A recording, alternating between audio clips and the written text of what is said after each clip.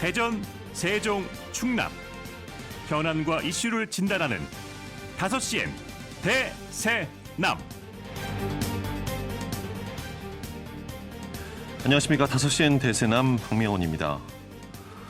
오는 8일, 바로 내일이면 민선 8기 지방정부 출범 100일이 됩니다. 대전 지역 단체장들은 취임 100일을 앞두고 시민들과 소통에 나서면서 바삐 움직이고 있는데요. 이장호 대전시장은 시민과의 대화 자리를 만들어 그간 시정 운영 성과와 민선 8기 비전, 공약 사업을 공유하는 자리를 마련했습니다. 시민 의견을 수렴하겠다라는 취지에서입니다. 대전 서구청장은 소통 행보와 현장 행정을 통해 지역민들 삶에 더욱 가까이 가겠다는 취지로 사랑의 밥차 활동에 참여 무료 급식 봉사를 하고, 유성구청장은 출범 100일 기념 토크 콘서트를 열고, 동구와 대덕구는 기자회견, 또 중구는 기자 간담회 등을 통해 지역 현안에 대한 추진 방향을 제시합니다.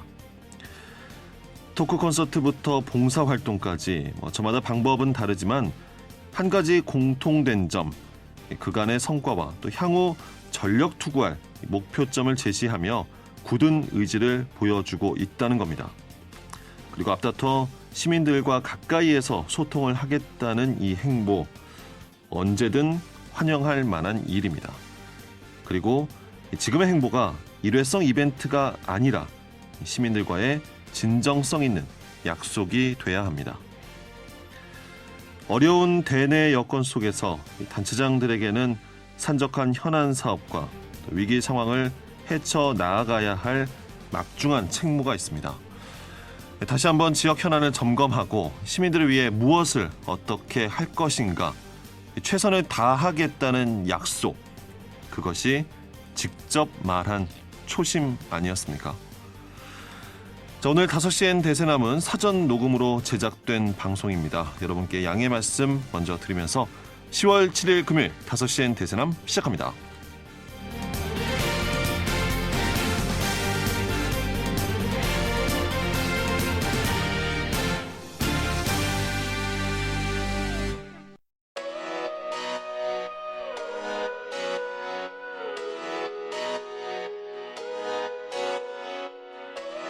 다섯 시엔 대세남은 여러분의 참여로 이루어집니다. 문자로 참여하실 분은 단문 50원, 장문 100원의 유료 문자 샵 2309로 의견 남겨주세요. KBS 대세남 유튜브 채널과 페이스북과 카카오톡 채널은 5시엔 대세남에서 무료로 참여하실 수 있습니다. 의견 보내주시는 분들께는 모바일 상품권 보내드립니다. 여러분의 뜨거운 참여 기다리겠습니다. 네, 5시엔 대세남. 자, 키워드로 보는 뉴스 브리핑 먼저 만나겠습니다. 팟캐스트 아는 것입니다. 정진호 PD 자리했습니다. 어서 오십시오. 네, 안녕하십니까. 정진호입니다. 네, 오늘 첫 번째 키워드부터 알아볼까요? 네, 첫 번째 키워드는 존폐 갈림길 온통 대전으로 정해봤습니다. 네, 온통 대전. 그렇습니다. 이게 상당한 지역에서 논란이 되고 있는 그런 지역 화폐입니다. 네, 맞습니다. 이 민선 8기 들어서면서 이 대전의 지역 화폐 온통 대전 혜택이 좀 줄어들었죠. 네. 월별 예산이 기존의 210억 원에서 지난 8월부터 이제 70억 원으로 대폭 줄어들면서 이 캐시백 혜택도 기존의 10%에서 5%로 이제 줄어들었고요. 월간 충전액도 50만 원에서 이제 30만 원으로 줄어들었습니다. 예. 이에 따라 그 온통대전 이용자도 크게 줄어들었다고 합니다. 실제 그렇군요. 네, 대전시에 따르면요, 지난 8월 이 온통대전 월간 결제자는요 56만 명으로 그 6월과 비교했을 때 7만 명 정도가 줄어든 수치이고요. 또 이제 온통대전 앱 그 하루 평균 방문자 수도 19만 명에서 13만 명으로 크게 감소했다고 합니다. 이렇게 이용자까지 줄게 되면 이것도 이유가 돼서 결국 제도의 폐지까지 이어질 수 있겠다, 이런 한편에서의 걱정도 나오겠네요. 네, 맞습니다. 그런 가능성 좀 충분히 있어 보이는데요. 대전시에서도 이 온통대전 이용 실태를 좀 정밀 분석해서 11월까지는 그 내년도 지역화폐 발행 여부를 최종 결정할 예정이라고 하는데요. 지역화폐 대신에 뭐 다른 형태의 소상공인 지원 방안까지 거론되고 있어가지고 이게 좀 폐지될 수도 있지 않을까, 뭐 그런 생각도 조심스럽게 해볼 수 있습니다. 일단은 중앙정부에서 내년도 지역화폐 지원 예산을 이제 전액 삭감을 하겠다라고 했습니다. 그러다 보니 지역에 있는 지역화폐들의 미래를 장담할 수 없게 된 거잖아요. 네, 그래서 이제 평소에 이 온통대전 이용해서 그 사용한 시민들 사이에서요, 이 온통대전 폐지에 반대하는 목소리가 좀 곳곳에서 나오고 있는데요. 네. 그리고 이를 반영한 듯 그 지역 정치권에서도 온통대전 전면 폐지가 아니라 뭐 단계별 축소해야 한다, 뭐 이런 요구의 목소리도 나오고 예. 있습니다. 국민의힘 소속 대전시의회 김영삼 의원도요, 그 얼마 전 대전시의회 정례회에서 이 행정은 연속성이 있어야 한다면서 이 온통대전 전면 폐지를 공개적으로 반대하기도 했습니다.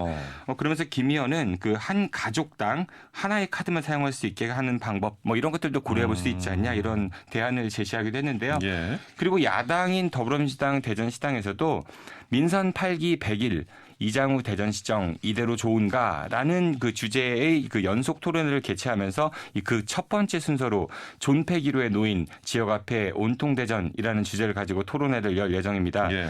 이 토론회에서는 한남대학교 행정학과 원구한 교수가 좌장을 맡고요. 그리고 충남대학교 경제학과 정세은 교수가 온통대전의 그 경제적 역할에 대해 그 주제 발표를 할 예정이라고 합니다. 네.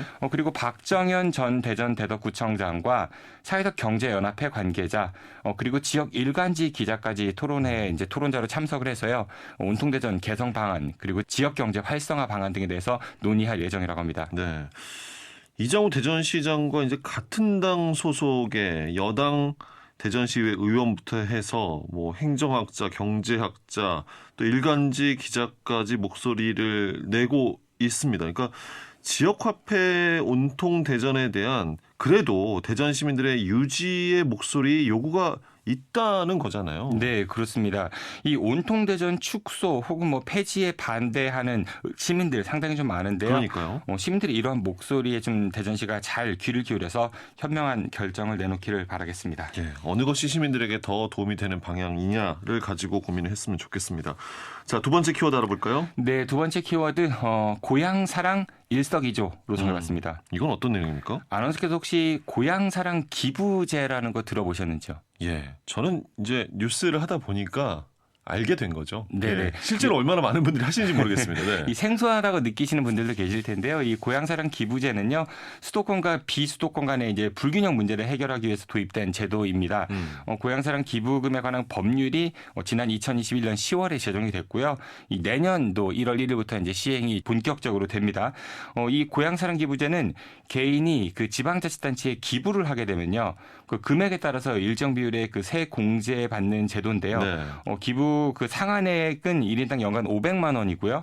그리고 또 기부를 받은 지자체는 기부금의 30% 이내에서 이 답례품을 제공할 수가 있습니다. 기부금은요, 10만 원 이하는 전액, 그리고 10만 원 초과분에 대해서는 16.5%의 세액공제를 받을 수가 있습니다. 네. 일단 보면은 아무래도 이제 지역, 특히 농어촌 지역의 경우에는 젊은 층들이 고향을 이제 많이 떠났고 결국 지역에는 고령층만 남아 있다 보니 지역 경제가 더 나빠지는 이제 악순환이 거듭되는 그런 상황을 배경으로 하고 있는 거잖아요. 네, 맞습니다. 그래서 정부에서도 그동안 좀 수많은 정책, 뭐 예산을 써서 이 지역의 인구 증가를 위해 좀 노력했지만요, 사실 좀 의미 있는 성과를 거뒀다라고 보기 어렵겠죠. 현재 지역 상황을 놓고 보면요. 실제로 전국 228개 시군구 가운데 이 절반가량인 113 곳이요, 인구 소멸 위험 지역으로 지정되기도 했습니다. 네. 이렇듯 현실이 어려운 상황에서 기부자들이 자발적으로 지역에 뭐 고향에 기부금을 내면 일단 이제 지자체 입장에서는 재정에 당장 이제 돈이 들어오는 거니까요. 도움이 될 수 있는 것이고, 답례품 제작하는 것을 지역에서 이제 또 하게 되면 나름의 경제 활성화도 또 도모할 수 있지 않을까도 싶고요. 네, 맞습니다. 이 모금한 기부금으로 조성된 기금은요, 그 지역 내 그 복지, 뭐 문화사업 이런 것들에 좀 투입이 되는데요. 그러니까 이제 개인의 자발적 기부가 이 국가의 균형 발전에 어느 정도 역할을 할 수 있다, 뭐 이런 기대도 해볼 수가 있고요. 예. 또 기부하는 개인한테도 이득이 되거든요. 만약에 한 개인이 특정 지역에 10만 원을 기부하게 되면요, 10만 원만큼의 세액공제 받을 수 있죠. 여기에다가 기부금의 30%, 그러니까 3만 원 상당의 답례품도 받을 수 있으니까 결과적으로는 10만 원 기부하고 13만 원을 돌려받는 셈이 될 수 있습니다. 그러니까 기부자 개인에게도 이득인 셈이죠. 네. 일단 들었을 때는 뭐 좋습니다. 좋은데 취지도 좋고 잘 정착될 수 있을까 이거는 또 다른 얘기잖아요. 네, 그렇습니다. 그래서 이웃나라 일본이 이어 유산제도를 먼저 시행을 하고 있기 때문에 좀 살펴볼 필요가 있는데요. 일본에서는 그 고향 납세 제도라는 게 시행이 되고 있는데 예. 특히 이제 답례품 제도가 아주 좀 성공적이다 이런 평가를 받고 있습니다. 그래서 일본에서는요, 그 2008년에 856억 원 정도의 고향 납세 금액이 거쳤었는데요. 2020년에는 이게 무려 7조 1,486억 원, 와. 83배나 증가하기도 했습니다. 네.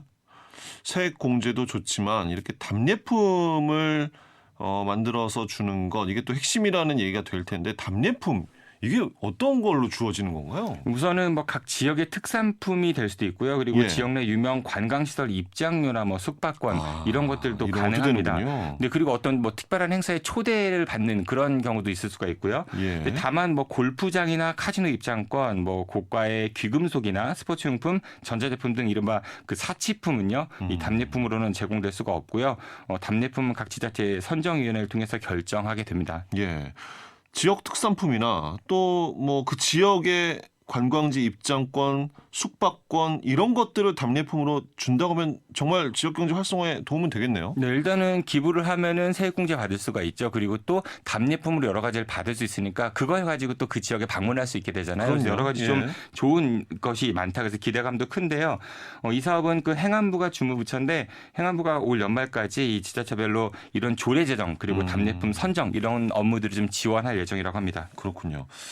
제도가 잘 안착이 되기 위해서는 뭐 기금 운영의 투명성 그리고 지자체 간에 이걸 가지고 또 이제 과열 경쟁을 할지도 모릅니다. 그걸 좀 예방할 수 있는 그런 안전장치랄까요? 이런 것 마련도 필요해 보이고요. 네, 그렇습니다. 이 꼭 내가 태어난 고향이 아니더라도요.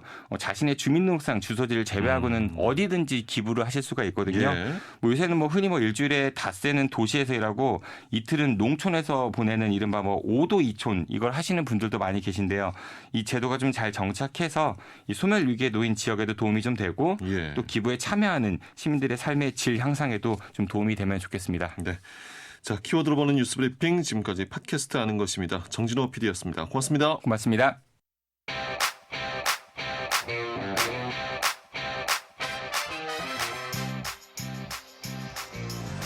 네, 이어서 2주의 환경 이슈를 짚어보고 또 함께 실천할 수 있는 환경 캠페인을 소개해드리는 대세남 환경 캠페인 지구를 지키는 사람들 시간입니다. 자, 사회적 협동조합 혁신청의 김영진 이사장 자리했습니다. 어서 오십시오. 네, 안녕하세요. 자, 오늘은 어떤 환경 이슈에 대해 이야기 나눠볼까요? 네, 전국적으로 지금 탄소 중립 조례가 이제 제정이 되고 있습니다. 그러니까 작년 9월이었죠. 그때 기후위기 대응을 위한 탄소 중립 녹색성장 기본법이 이제 제정이 되었고요. 예. 올해 7월 1일부로 이제 이게 시행이 되었거든요, 법이. 그러면서 이제 지자체들도 각자의 이제 역할과 책임들을 하기 위해서 이제 이 조례들을 다들 만들고 있는데요. 네. 뭐 대전, 세종, 충남은 당연히 만들었습니다. 해당 조례를. 근데 이 조례들이 지금 사실상 거의 유명무실할 정도로 대충 그렇습니까? 만들어졌다는 이런 예. 얘기들이 많아가지고 예. 관련 조례에 대한 얘기들을 해보겠습니다. 예.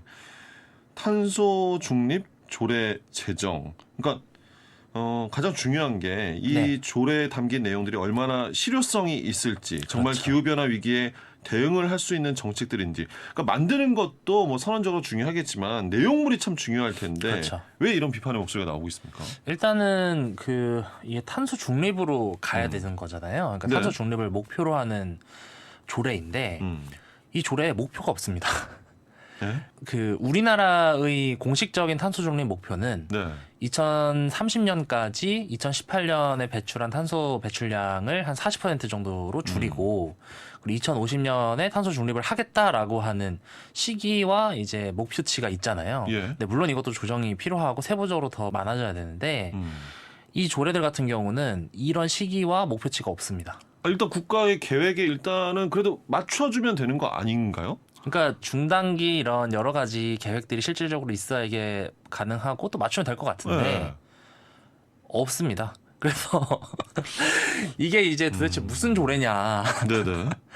그러니까 정확하게 이제 명시하지 않은 것이죠. 그러니까 선언적으로는 뭐 몇 개 지자체에서 발표하는 곳들도 있는데 어쨌든 이걸 시기를 정확하게 명시를 해야 되면 결국에 나중에 책임을 져야 되잖아요.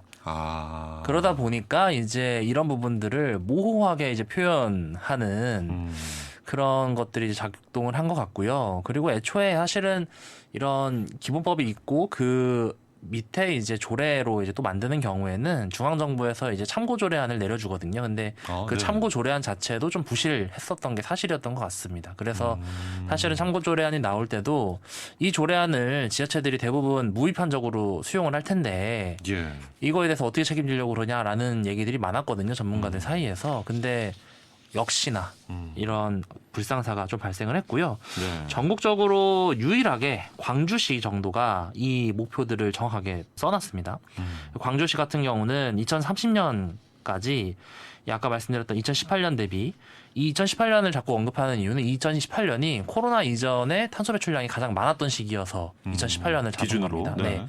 그래서 2018년 대비 40% 이상 탄소 배출량을 줄이고 그리고 탄소 중립의 목표는 정부 목표인 2050년이 아니라 2045년으로 한다. 그러니까 저는 이게 되게 상징적이라고 보거든요. 그러니까 정부 목표는 2050년이지만 네.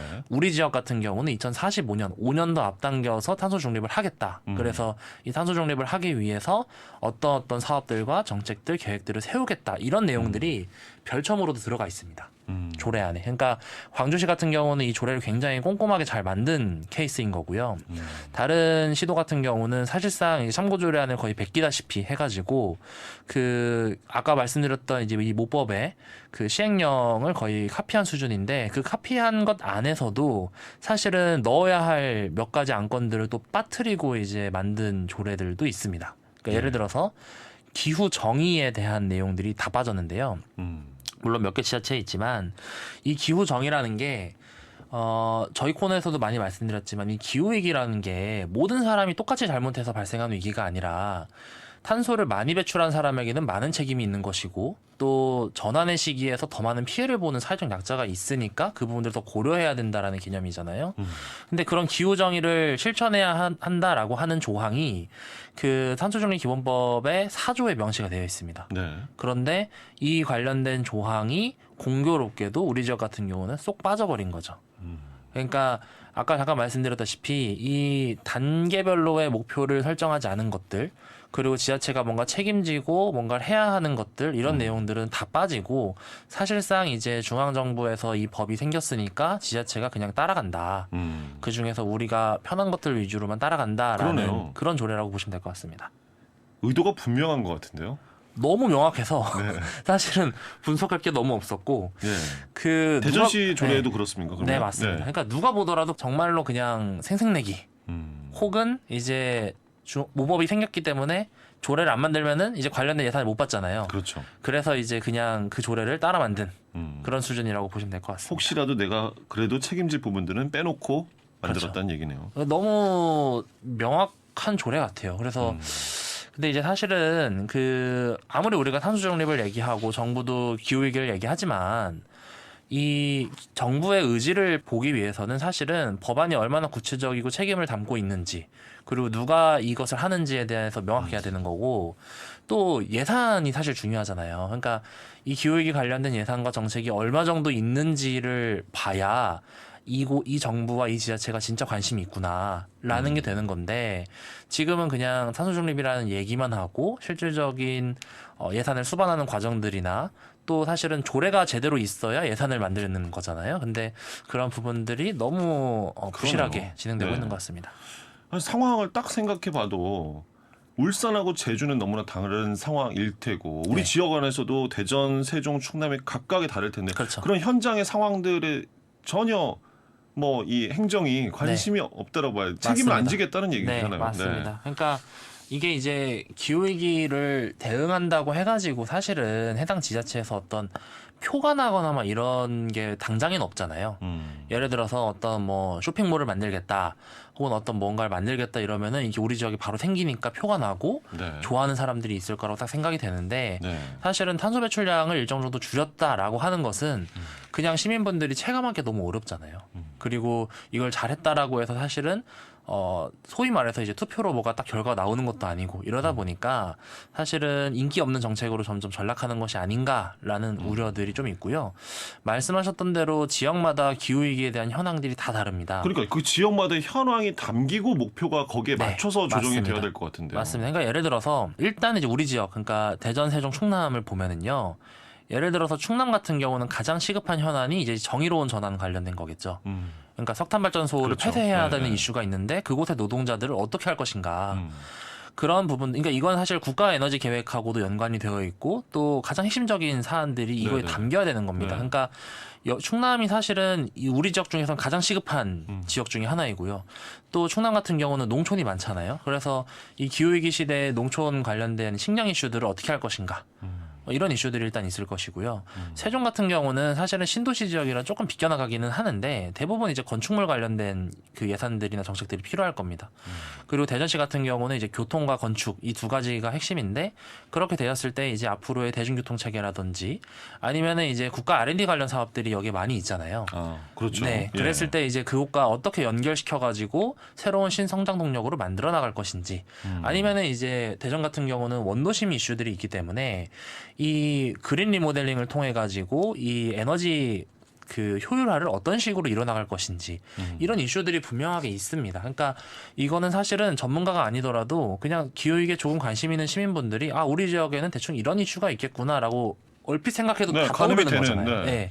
그리고 누가 들어도 합리적이라고 생각을 하실 거고요. 근데 그런 부분들에 대해서 지나치게 이제 방관하고 있는 게 사실인 것 같고 이 방관하고 있는 이유들 그리고 행정조직에서 이게 제대로 작동되지 않는 이유 중에 하나가 이 조직과 관련이 있습니다. 사실은. 조직이요? 네. 그러니까 사실 기후위기와 관련해서는 전 부처가 같이 같은 목표와 지향점을 맞추고 서로 협력해야 되는 사업인 거거든요. 그러니까 문화나 복지 이런 사업들처럼 한 분야로 빠뜨려서 이렇게 할 수가 없는 사업들입니다. 그러니까 예를 들어서 일자리 사업들, 교통 사업들, 건축 사업들 뭐 이런 사업들이 다 맞자야 되는데 어쨌든 연계해서 해야 네, 되는 사업이라는 맞습니다. 거잖아요. 그러니까 사실은 예. 이거는 시장이 직접 챙기거나 아니면은 기후위기 대응 부시장 정도의 이런 별도의 이제 총괄 체계가 있어야 사실은 관리할 수 있고 계획을 수립할 수 있는데 그러겠네요. 네. 네, 그냥 관련 기후 관련 과 하나에서 이거를 목표를 세운다고 해가지고 할 수가 없는 사업들이 대부분입니다. 공무원 조직이 그렇게 움직이진 않죠. 네, 예. 그래서 사실은 이제 그린 뉴딜을 얘기할 때도 그랬고 기후위기를 고민하고 있는 해외의 지자체들이나 혹은 정부들을 보면은 총괄 조직들을 만들어 놓습니다. 그래서 그 예를 들어서 아까 말씀드렸던 시기에 따라서 목표치를 분명하게 정하고 이 목표치에 따라 가지고 각 부처가 이 목표치들을 어떻게 달성할 것인지 계획을 받고 그 계획들을 책임 있게 이행할 수 있도록 계속 감시하는 거죠. 그러니까 그런 부분들이 사실은 총괄 조직 안에서 이루어져야 되는데 그러니까 예를 들어서 중앙정부로 따지면 국무조정실 정도가 그런 역할을 할 수가 그러네요. 있겠죠. 네. 근데 지자체에서는 그런 게 거의 없다시피 하고 대전시 같은 경우는 이제 부시장 체계가 행정부시장이 있고 경제과학부시장이 있잖아요. 네네. 그래서 그 투트랙으로는 사실은 챙기기가 어렵고 불가능에 가까운 거죠. 다른 지자체도 거의 마찬가지입니다. 그래서 기후위기를 제대로 대응하고 정부와 지자체가 이걸 실제로 책임 있게 이행하기 위해서는 사실은 조직 자체도 바꿔야 되고 그 조직에 맞는 정책과 예산들도 같이 수반돼야 된다라는 말씀을 꼭 드리고 싶습니다. 이게 그러니까 다시 이야기를 처음으로 가자면 조례만 잘 만들어도 새로운 지역의 성장 동력을 뭐 발굴하는 그런 방향성도 만들 수 있을 것 네, 같고 그럼요. 그러면 행정 조직의 그런 운영의 설계도 함께 할 수 있는 그런 조례가 될 수 있는데 그게 그렇죠. 안 되는 거군요. 네, 그러니까 예를 들어서 이제 대전시를 예로 좀 들겠습니다. 대전시가 이게 이제 7월에 제정이 되었는데요. 7월이면은 이제 지방선거가 끝나고 이제 막 그렇죠. 새로 온 시의원분들이 하시는 건데 시의원분들 다 초선입니다 이번에. 그래서 이 내용들을 이제 정부가 이제 올리면은 아 이게 기본법이 있기 때문에 그냥 해야 되는 겁니다. 그래 기본법이 있어서 하는 겁니까? 이러면은 그냥 통과.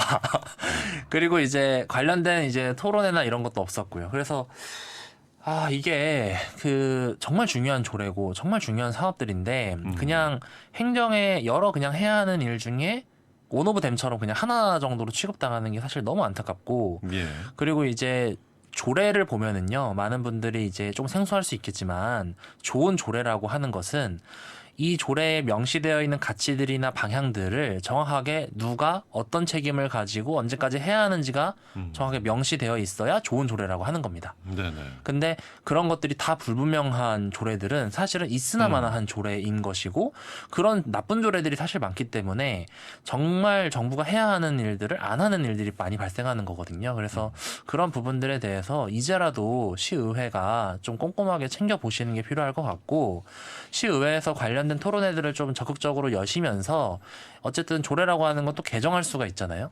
그래서 그렇죠. 대전뿐만 네. 아니라 여러 지자체에서 이걸 빨리 개정을 해야 됩니다. 그리고 정부의 기본법은 사실은 너무 늦습니다.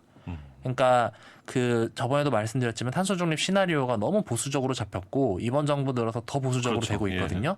그렇게 하면 너무 늦습니다. 그래서 광주 같은 경우가 우리 2045년도까지 할 수 있을 것 같다. 해야 된다라고 해서 선도적으로 간 거거든요. 근데 그 과정들을 살펴보면은 조례를 만들기 전에 이제 기후위기와 관련된 시민 원탁회의도 시민사회에서 많이 열고요.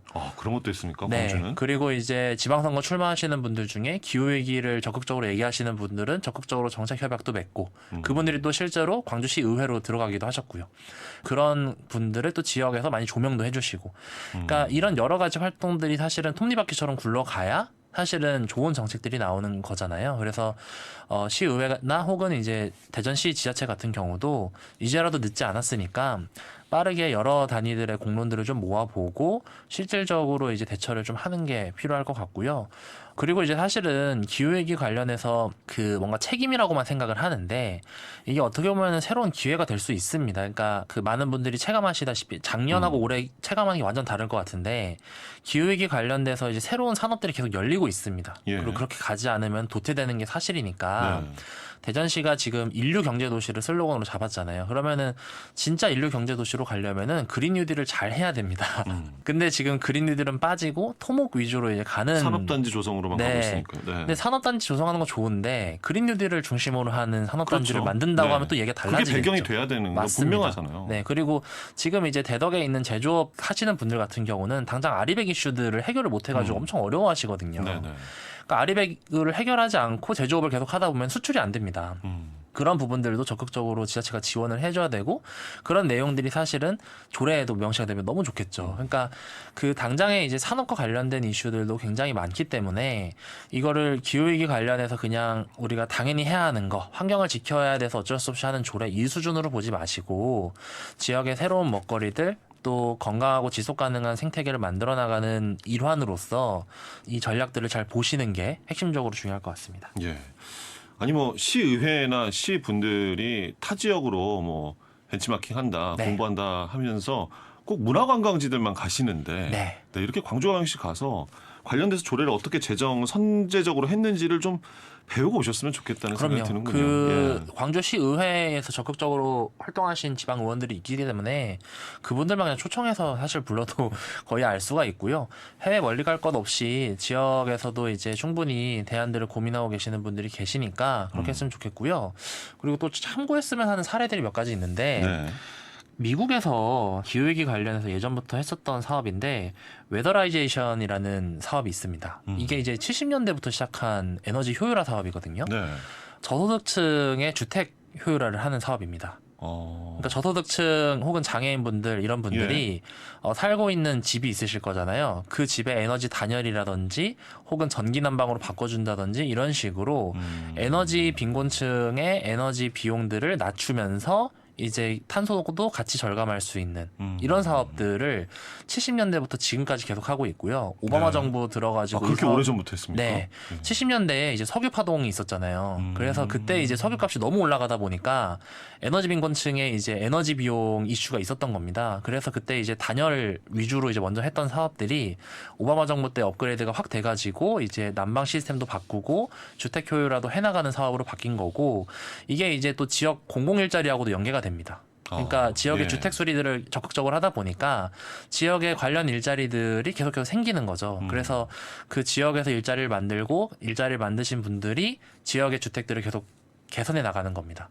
이렇게 되면은 사실은 지역 공공일자리들도 만들고 또 지역의 이제 에너지 효율화도 하고 또 에너지 빈곤층의 주택도 개선하는 이런 사업들인 거죠. 이런데 공적 지원이 들어가야죠. 네, 그러니까 기후 정의를 말씀드리는 이유 중에 하나가 이제 환경 정책이라고 하는 것이 단순히 녹지를 보존하고 이런 수준이 아니라 새로운 먹거리들을 지속 가능한 형태로 만들어 나가는 거잖아요. 그래서 그런 아이디어들을 지역에 맞게끔 좀 잘 전환을 하면 좋을 것 같고요.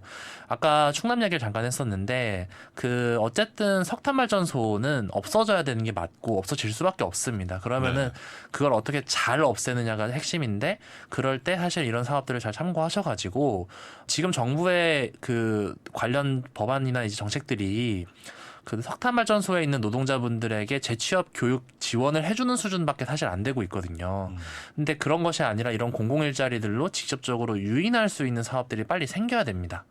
그러지 않고서는 이분들이 또 다른 이제 그 노동 문제를 또 겪게 되실 또 피해자들이 되시는 거잖아요. 그래서 이런 부분들을 조금 빠르게 해야 될 것 같고 2030년까지 이제 얼마 안 남았습니다. 진짜 이제 7년 반도 안 남았죠. 네. 네. 정말 별로 안 남았는데 이 사이에 과연 2018년 대비 40%의 탄소를 절감할 수 있을까? 우리 지역은 그게 가능할까? 이게 또 어영부영 넘기는 거 아닐까라는 생각이 들고 이번 민선 8기가 아무것도 하지 않으면은요 민선 9기에서는 이 목표를 달성할 수가 없습니다. 네, 너무나 임기상. 중요한 네, 그래서 시기군요. 그런 부분들을 잘 챙겨 보셨으면 좋겠습니다. 예, 알겠습니다. 자, 이번 주에 소개해 주실 환경 캠페인 실천 어떤 것들인가요? 네, 예전에도 한번 소개를 드렸는데요. 용기 내 챌린지를 좀 다시 제안을 드립니다. 음식을 받아 오실 때 용기를 가져가는 그렇죠. 거죠. 다시 제안 드리는 이유가 최근에 지역 축제가 엄청나게 많이 생겼잖아요. 그럼요. 3년 만에 다시 열리는 네, 축제들입니다. 그래서 많은 분들이 또 축제를 즐기고 있고 문화적으로 되게 활성화가 되고 있는데 이 공간들이 계속해서 이제 쓰레기 문제들이 이슈가 되고 있습니다. 그래서 물론 네. 주최 측이 친환경 축제로 갈 수 있도록 잘 준비해야 되는 것도 맞겠지만 환경을 고민하시는 분들이라고 하면은 축제에 용기를 가져가셔가지고 용기 내 챌린지를 하시는 것도 좋은 캠페인이 되실 것 같아가지고 다시 한번 소개해드립니다. 예, 자, 이 밖에도 다양한 환경보호 실천사항 인증 사진과 함께 보내주시기 바랍니다. 단문 50원, 장문 100원의 유료 문자 샵 2309번으로 참여해 주시면 되고요. 카카오톡 채널에서 5시엔 대세남을 검색하시고 친구 추가하시면 카카오톡으로도 이용하실 수 있습니다. 저희가 두 분을 선정해서 커피와 빵을 구매할 수 있는 모바일 쿠폰 2만 원권 보내드리도록 하겠습니다. 자, 대세남 환경 캠페인 지구를 지키는 사람들 오늘도 사회적 협동조합 혁신청의 김영진 사장과 함께했습니다. 고맙습니다. 네, 감사합니다.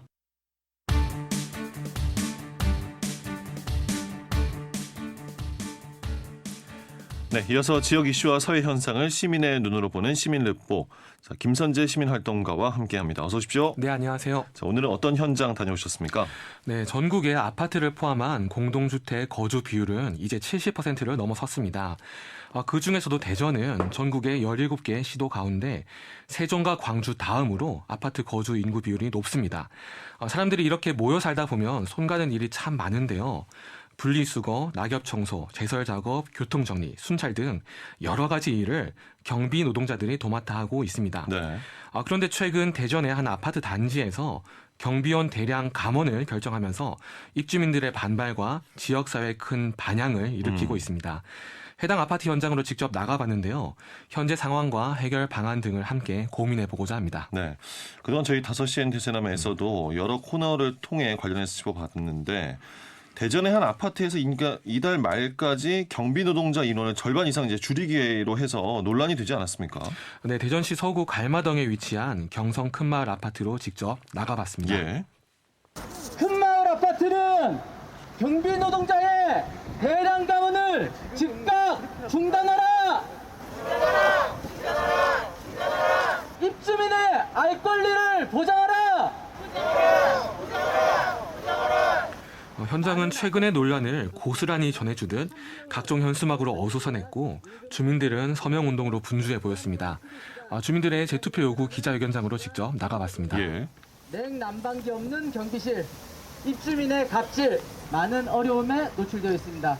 지난 7월 갈마동 큰마을 아파트는 경비 노동자를 56명에서 26명으로 감원하는 입주민 투표를 내용상 과정에 문제가 있었음에도 진행을 하였고 가결되었습니다. 앞으로 하루에 13분씩 경비노동자분께서 25개 동 2,910세대의 안전과 편의를 위해서 근무하시게 됩니다. 30여 분의 경비노동자분은 일자리를 잃게 됩니다. 경비원 감축 논란의 시작은 2021년 12월로 거슬러 올라갑니다.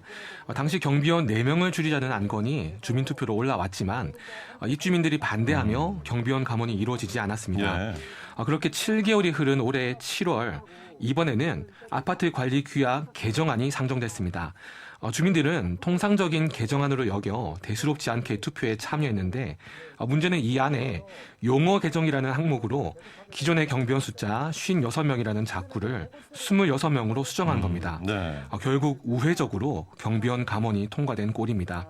입주민들 역시 그 투표가 잘못됐다고 지적합니다. 그렇군요. 대기동 505에 거주하고 있는 입주민, 저는 얼마 전 8월 10일 저희 아파트에 경비원분들을 대량 감원한다는 내용을 언론보도를 통해 알게 되었습니다.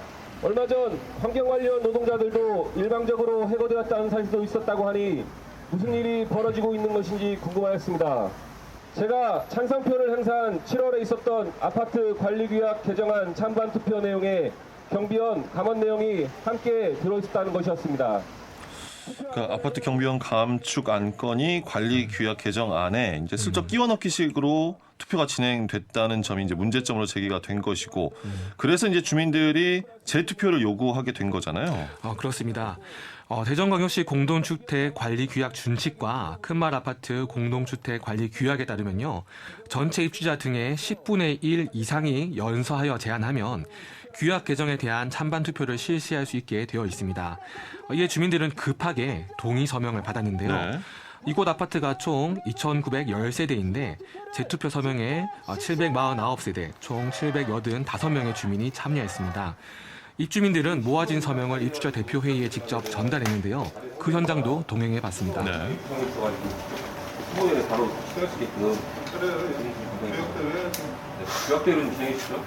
서구청이나 시청이나 문의하고서 진행한 거기 때문에 입주자 대표의 전환이 없습니다. 이건 주민투표를 붙여야 될 사안이기 때문에 주민투표를 붙이는 선거관리위원회 구성을 빨리 시행해 주십시오. 주민들은 큰마을 아파트를 사랑하는 입주자 협의회를 새로 만들고 26명으로 개정된 규약을 다시 56명으로 개정하는 주민투표를 발의했습니다. 네.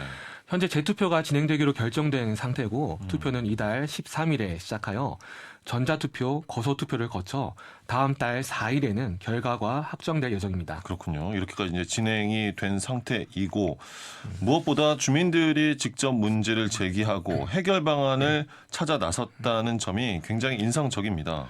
네, 기자회견에 참여했던 입주민 한 분과 직접 인터뷰를 진행했습니다. 1차적으로는 경비원 감원에 대한 현실적인 걱정이 앞섰는데요. 관리 규약이 통과되며 56명이던 경비 노동자들을 10월 말까지 무려 30명을 줄어들게 해서 26명으로 줄어들게 되는데요. 해당 아파트 단지는 대전에서 세 번째로 규모가 큰 아파트 단지입니다. 과연 26명으로 이 아파트를 안전하게 유지 관리할 수 있을지 의문이라고 합니다. 네. 우선은 경비노동자가 반 이상으로 줄어들다 보니까 그런 부분에서 굉장히 미흡해서 학부모들이 많이 걱정을 하고 있고요. 아이들이 혹시 사고나 다칠까봐 회사를 육아휴직을 써야 되는 거 아닌가 이렇게 고민하는 분들도 많이 계세요. 방법 문제도 굉장히 우려하시는 분들 많이 계시고, 노약자라든지 여성들만 있는지 아이들만 있는지, 그리고 주말 부부하는 집들도 굉장히 많으시거든요. 그래서 그런 부분에 있어서 굉장히 우려하시는 분들이 많이 계세요. 단지 내에 경사진 곳이 많아 출근과 등교 시간이 겹치는 때에는 매우 위험하고 혼잡한 상황이 벌어지는데요. 출퇴근길, 교통정리가 제대로 되지 않으면 아이들의 안전마저 위협받을 수 있어서 26명 근무는 도저히 무리라는 이야기입니다. 네. 가만히 있으면 안 될 상황 같다. 아이들 안전이나 그리고 우리들 환경 문제에 있어서 심각한 문제가 있는 건데, 그리고 무엇보다도 이 투표 절차 자체가 굉장히 이거는 아이들 교육이나 그리고 선례를 남겼다가는 이게 계속 악용될 우려가 있는 거기 때문에 이 투표 절차 방식 자체가 굉장히 문제가 있다고 봅니다. 또한 결정 과정이 투명하지 않았다는 점도 문제를 제기합니다. 네. 거의 100페이지, 요약 자료도 40페이지에 달하는 관리 규약을 미처 정확하게 알 수 없었다는 것인데요. 관리규약 개정안에 40페이지 되는 거를 각 세대별로 배포했다는 거예요. 그래서 매년마다 하는 관리규약 개정안인 줄 알고 투표를 진행했는데 그 안에 그 경비원 감원 56명에서 26명으로 용어 수정된다는 게 있었던 거예요. 둘째 애들 학부모들이랑 같이 모여서 얘기를 했는데 다들 모르는 거예요. 전혀 한 분도요. 예, 8가구 정도가 있는데 아무도 모르는 거예요. 그래가지고 이건 너무 심각하다고 해서 그 8월 입주자 대표회의를 제가 찾아갔죠. 입주자 대표회에서는 완전히 무시하는 거죠, 입주민을. 이미 결정된 상황이니까 나서도 소용없다 이런 식으로 하고. 일부 입주민들 사이에서는 공정한 선거 절차를 우려하는 목소리도 나옵니다. 선관위원들이 세대를 방문해 투표를 독려하며 찬성 투표를 유도했다는 증언이 이어지고 있다고 주장하는데요. 찬성 투표를 독려하고 강요했다는 거예요. 찬성 투표를요? 네네. 그러니까 규약을 개정할 당시에 네네. 말씀이신 거죠? 찬성하셔야 된다고 집집마다 돌아다니면서 강요했다는 거예요. 투표는 강요하면 안 되는 거잖아요. 증언들이 계속 나오고 있으니까 저희는 선관위를 믿을 수가 없는 거예요. 그리고 선거도 시작도 안 했는데 만약에 불법 선거행위가 적발되면 선거를 무효하겠다는 엄포까지 놓고 있는 상황인 거예요. 선거를 입주자들이 많이 할 수 있게끔 독려하고 홍보하는 거는 뭐 아무 문제 없을 것 같은데 홍보 자체를 못하게 하고 있는 상태여가지고. 네, 투표가 일주일도 꽤 남지 않은 어제서야 게시판 부착을 허용했습니다. 예. 입주민들은 재투표에 적극적이지 않은 자세에도 우려를 표하고 있습니다. 그렇군요. 입주민의 입장은 이제 들어봤고, 그렇다면 이 같은 목소리에 경비원 감원을 추진하고 있는 입주자 대표회의는 어떻게 답을 했습니까? 네, 현재 입주자 대표회의는 경비원 감축으로 연간 약 8억 6,900여만 원의 예산이 절약되고 각 세대당 관리비 월 2만 원씩 줄어들 것이라며 대량 감원의 이유를 설명하고 있는데요. 네. 제가 자세한 이야기를 듣기 위해 관리사무처 측에 문의했지만 입장은커녕 의견을 들을 방법조차 들을 수 없었습니다. 네. 네, 안녕하세요. 관리사무실입니다. 규약 개정 투표 들어가서 취재를 하고 있는데요. 예, 말씀 중에 죄송한데요. 네. 저희는 그 부분 관련해서는 따로 답변 드릴 게 없어요. 아, 그래요? 저희는 네. 저희는 전차대로 진행을 했기 때문에 저희는 그 부분에 관해서 따로 답변 드릴 건 없습니다. 관리사무소 입장이신 거죠? 따로 답변 드릴 게 없어요. 그럼 혹시 입대도 똑같은 입장이신가요? 저쪽으로 요구한 저희는 건데. 따로 답변 드릴 건 없어요. 똑같은. 일단 알겠습니다. 제가 지금 좀 다른 손님이 계셔갖고요. 네, 알겠습니다. 네, 투표를 앞두고 인터뷰나 의사표시에 매우 조심스럽고 민감한 모습을 드러냈는데요. 네. 절차대로 진행하고 있다는 답변뿐이었습니다. 그러니까요. 이번 사안이 지역의 이목이 집중된 이슈라 주민들과 입대회의 모두 매우 예민한 모습이라는 것을 확인했습니다. 이 같은 상황들이 또 자신들의 일자리, 생계와 연결되어 있는 경비 노동자분들에게는 참 무겁게 느껴지지 않을까 하는 생각이 듭니다. 이분들의 이야기도 들어봤습니까? 네, 경비원 감원 방침이 발표되자마자 아파트에 일하던 경비 노동자 전원이 동참한 호소문이 발표됐습니다. 네. 잠시 들려드리겠습니다. 가슴속은 30명 감원 결정으로 돌덩이를 아는 듯 하루하루가 힘겹습니다. 감당해야 할 압박에 숨이 턱턱 막혀옵니다. 열심히 일했는데 소모품처럼 버려지며 인격마저 무너지고 있습니다. 이렇게 힘겨움을 토로했는데요. 예. 호소문에 동참한 한 경비 노동자분을 만나봤습니다. 인터뷰가 조심스러워 음성 변조를 요청했고요. 네. 청취자분들의 양해를 부탁드립니다. 예. 벌써부터 떨어지기 시작하는 나뭇잎을 쓸어내기에 한창이었습니다. 예. 이분은 근무하신 지가 11개월째인데요. 당장 감원이 되면 어쩌하나 요즘 고민이 많습니다. 그러시군요. 전국적으로 감원 주세요. 저도 알겠어요. 근데 다들 너무 억울하게 감원을 시키는 게 제가 너무 힘들어요. 사실 경비원을 60대 넘잖아요. 기본이. 네, 그런 분들 치게 되면은 여기서도 저희들이 좀 연세 많으신 분들은 68, 9세도. 근데 기본 70대로 있는데 연세들이 좀 많아요. 여기도. 정부에서는 일자리 차원에서 뭐 좀 해준다는데 이거는 역행을 거잖아요. 사실은 30명 친다는 게 말이 되냐고요. 그런데 또 감원 인원에 포함되지 않는다고 걱정이 덜어지는 것은 아닙니다. 예. 인원이 절반으로 줄어드는 만큼 남겨진 이들의 업무 강도가 더해질 것이 안 봐도 훤한 상황이기 때문입니다. 네, 그렇겠네요. 그럼 제가 기준 하나보다 뭐 3개를 봐야 되는데 평소에 배를 해야 되잖아. 재활용 분리수거 관리, 그다음 우편물 관련 부수적인 업무 수행을 교통경위도 있잖아요. 7시 반부터 8시 반까지 교통경위 있거든. 그럼 여기서 막 내려오지. 치고 나가지. 그럼 애들 교통경위 안 해주면 전부 다 다치면 큰일 나요. 그런 대책을 안 세워놓고 일단 무조건 줄이고 그러지 제가 보기에는. 답답한 상황 속에서 그래도 노동자들을 힘내게 하는 건 자신들을 위해 발벗고 나선 주민들입니다. 예. 정말 고맙고 감사하다는 말씀을 꼭 전하고 싶다고 했습니다. 현장에서 경비원들은 전보다 더 열심히 그리고 성실하게 일하겠다는 이야기도 전했습니다. 네. 현재 이제 경비 노동자 감원 움직임은 이곳만의 이 아파트만의 상황이 아니지 않습니까? 왜 이런 일이 반복이 되는 걸까요? 네, 서구 관저동의 신선마을 아파트를 비롯해서 우리 지역 여러 아파트가 경비원 감축을 시도하고 있습니다. 대전 아파트 경비 노동자 권리찾기 사업단에 따르면 2019년부터 현재까지 우리 지역 300세대 이상 344개 아파트에서 경비원 359명이 감원됐는데요.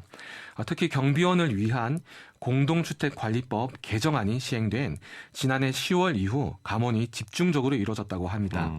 심유리 단장에게 지역 상황에 대해 들어봤습니다. 네. 전국적으로 마찬가지 상황에 놓여 있는데요. 가장 심각한 문제는 3개월 초단기 계약입니다. 심한 경우는 1개월, 2개월짜리 짜투리 계약을 하는 경우도 있는데요. 3개월 계약이 거의 90% 이상에 이르다 보니까 상시적인 고용 불안 속에 있고 부당한 일을 당해도 해고가 될까 3개월 뒤에 계약을 이어가지 않으면 바로 해고가 되니까요. 그러다 보니 부당한 문제에 자기 의견을 얘기를 할 수도 없고 임금이 적든 그리고 수당이든 이런 거에 대해서 조금 더 요구하고 싶어도 요구할 수 없는 그런 상황에 놓여 있습니다. 입주민의 갑질에 시달린 끝에 지난 2020년 극단적 선택을 한 고 최희석 경비원과 같은 비극을 방지하기 위해 이른바 경비원 갑질 금지법이 시행됐습니다. 예. 원래 감시 단속직이 해야 할 일이 아님에도 불구하고 온갖 일을 맡으며 노동 강도가 심하고 갑질이 지속되어 법 개정이 이루어졌는데요. 그렇죠. 네. 하지만 현장의 경비원들은 법 시행 이전과 이후의 노동 강도가 큰 차이 없다고 말합니다. 물론 법의 취지에 공감하지만 실제 현장에서 하는 일은 똑같다는 건데요. 반면 가뜩이나 3개월 초단기 계약을 이어가는 입장에서 고용이 더욱 불안해지게 되어 해고의 위협과 고통은 더 커졌다고 합니다. 네. 큰 문제지만 사실상 지금 일하는 일자리에 노동 여건이 점점 안 좋아지고 있어요.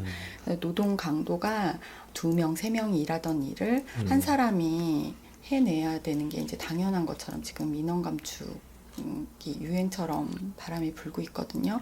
그러다 보니까 그 일을 해낼 수 있는 사람이 이 자리에 와서 일해라.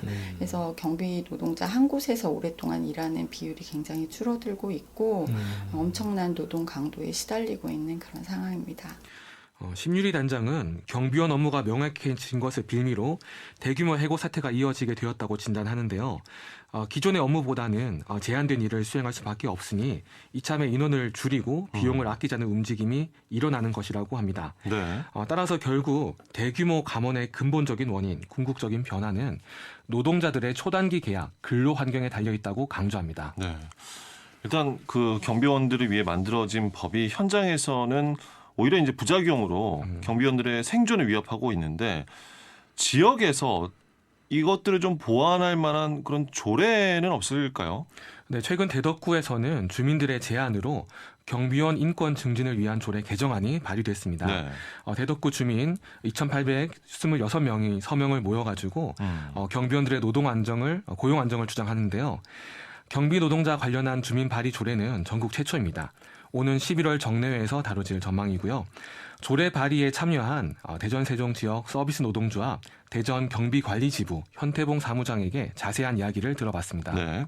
이 조례가 잘 통과돼서 시행이 된다면은 지역과 경기노동자가 상생할 수 있는데 좀 큰 도움이 될 수 있겠네요. 각 아파트의 모범 주택 단지를 선정할 때 경비노동자의 고용 안정 여부 그리고 직접 고용 여부를 따져서 가산점을 주도록 했고요. 그리고 공동주택 내 노동자들의 시설 관리 지원이 필요할 때 지자체에 요청하면 우선적으로 지원하도록 하는 내용, 그리고 컨설팅을 지원해주는 내용, 이런 내용들이 조례 안에는 공동주택 노동자를 위한 냉난방이나 휴게 공간 등 기본 시설을 설치하기 위해 지자체 보조금을 신청하면 지자체가 우선적으로 지원하도록 하는 내용을 담고 있고요. 네. 공동주택 노동자를 장기 고용으로 전환하는 공동주택은 모범단지로 선정하고 여러 지원과 사업에 우선권을 주기로 되어 있습니다. 그러니까 지자체가 모범단지에 여러 혜택을 줌으로써 단지 측에서는 모범단지가 되기 위해 경비원들의 인권을 증진하고 고용을 증진하도록 유도한다는 겁니다. 조례 개정안을 주민서명으로 발의한 분들은 이 시점에 지자체의 노력과 조례 개정이 꼭 필요하다고 강조했습니다. 네. 공동주택 내 노동자나 관리사무소에서 알아서 하도록 해서는 실질적으로 해결이 좀 안 되고 한계도 분명한 것 같아요. 그래서 노동부라든지 또 국토부 또는 지자체에서 의지와 관심을 갖고 해결될 수 있도록 촉구하는 중입니다. 네. 그렇다면 대전시는 이런 경비원 감원 논란을 어떻게 보고 있습니까? 네, 이번에 발의된 대덕구 조례안 외에 사실 지금도 이미 만들어진 조례가 있습니다. 예. 2020년 6월 30일 제정된 대전광역시 공동주택 노동자 인권 증진 조례나 2020년 10월 19일 제정된 서구 공동주택 경비원 인권 증진에 관한 조례가 있음에도 불구하고 이러한 내용들이 실제 경비원들을 지켜주지 못하고 있다는 점은 모두의 고민이 필요한 부분이 아닐까 싶은데요. 좀 더 강제력을 갖고 효력을 갖기 위해서는 지자체의 적극적인 개입이 필요합니다. 네. 하지만 대전시 측은 현재 상황에 대해서 인지하고는 있지만 지자체의 역할에 대해서는 다소 미온적인 태도를 보였습니다.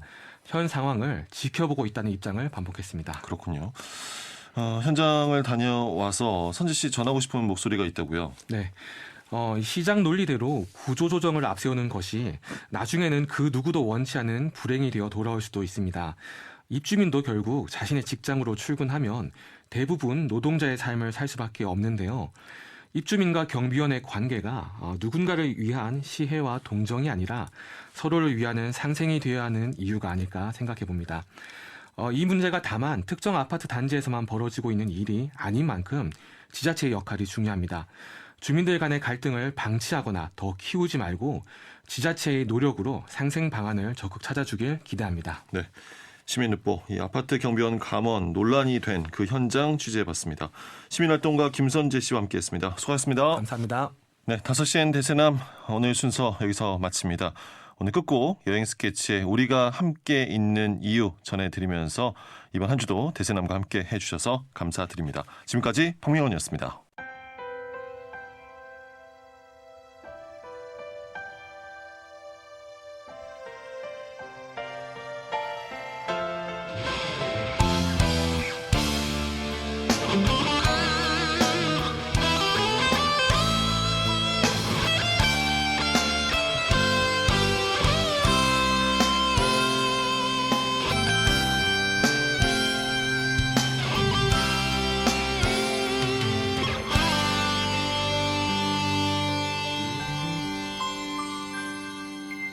우리 서로 갈 길은 다르지만 이 시간만큼은 욕심을 버리고 함께 하고파. 비록